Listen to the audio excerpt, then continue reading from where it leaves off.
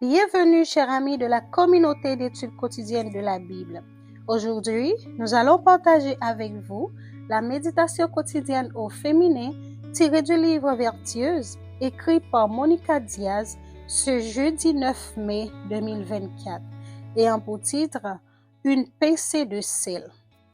Personne ne m'a jamais demandé le numéro de téléphone de c'est de la musique et rien que de la musique. C'est ça l'influence que j'exerce, selon Pete Doherty. En 2020, un terrible virus a paralysé le monde. Je ne peux rien dire de positif à ce sujet, mais dans mon désir d'en savoir plus sur la manière de mieux protéger, j'ai appris quelque chose d'intéressant sur les virus. Je souhaite vous en faire part aujourd'hui, sachant qu'une image vaut mieux que 1000 mots quand il s'agit d'enseignement spirituel. J'ai donc appris que les infections virales obligent notre corps à produire du mucus pour créer un environnement dans lequel elles peuvent survivre et se propager. Pour combattre le virus, il faut modifier l'environnement. Le médecin prescrit donc un médicament capable de détruire les conditions créées par le virus. En d'autres termes, on tue un virus en modifiant l'environnement dans lequel il se développe. La même chose se produit dans le cas des infections urinaires. Dans un environnement acide, les bactéries qui provoquent prolifèrent. Il faut donc ingérer quelque chose qui modifie le pH de l'environnement. Je ne sais pas à quoi ressemblent les environnements dans lesquels vous évoluez. Je ne connais pas l'entreprise où vous travaillez, l'église que vous fréquentez, la famille avec qui vous vivez, les amis avec lesquels vous passez du temps.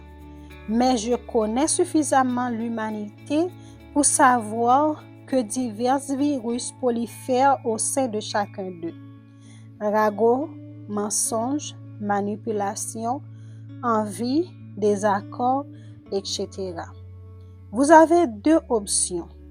Ne rien faire, c'est-à-dire aider les virus à continuer à proliférer à l'aise d'un environnement qu'ils ont eux-mêmes créé, ou apporter quelque chose qui change l'environnement en vue d'empêcher ces virus de proliférer davantage et d'avoir un espoir de leur barrer la route. Je sais qu'il est difficile d'être une influence qui lutte contre le courant, mais c'est par essence ce que nous sommes appelés à être.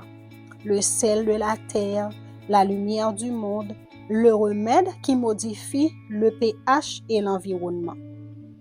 Il existe de nombreux types d'influences, mais celle qui change réellement l'environnement est celle du caractère. L'évangile pratiqué dans la vie d'une authentique chrétienne est un puissant antidote aux virus qui sévissent même dans l'Église.